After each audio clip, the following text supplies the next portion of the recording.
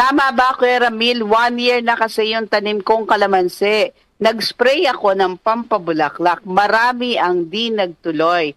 Tama ba ang edad para magbunga na? James Candelaria ng Taytay. 1 year na daw yung tanim niya na kalamansi. Kalamansi po, pwede na po talagang pabungahin niya kahit nga po 6 months pa lang po pwede na.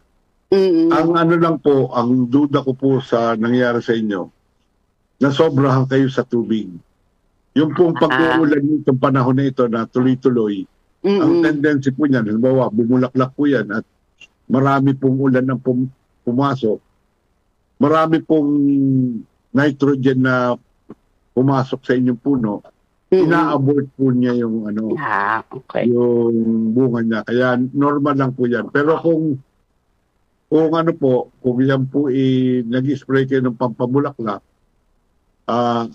pag nag-spray po kayo, wag na po ninyong didiligan yung inyong puno. Hintayin nyo na po mag-fruit set. Hanggang pag fruit set na po, saka na po kayo magdilig.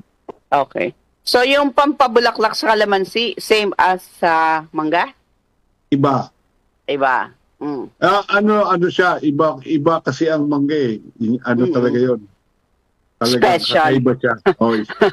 Special siya. So, pang-mangga lang yung pang-pabulaklak niya. Sa kalamansi, anong gagamitin para magbulaklak? Ang ginagamit niya, lang, any fertilizer na pwede. Pero kadalasan, yung pang-pabulaklak din ng ornamental, pwede rin. Okay. Rin yun, kumbaga rin yun. Basta mataas ang potassium. Potassium. Basta lalo na pag gutom na gutom yung kalamansi mo, sigurado response ka agad yan.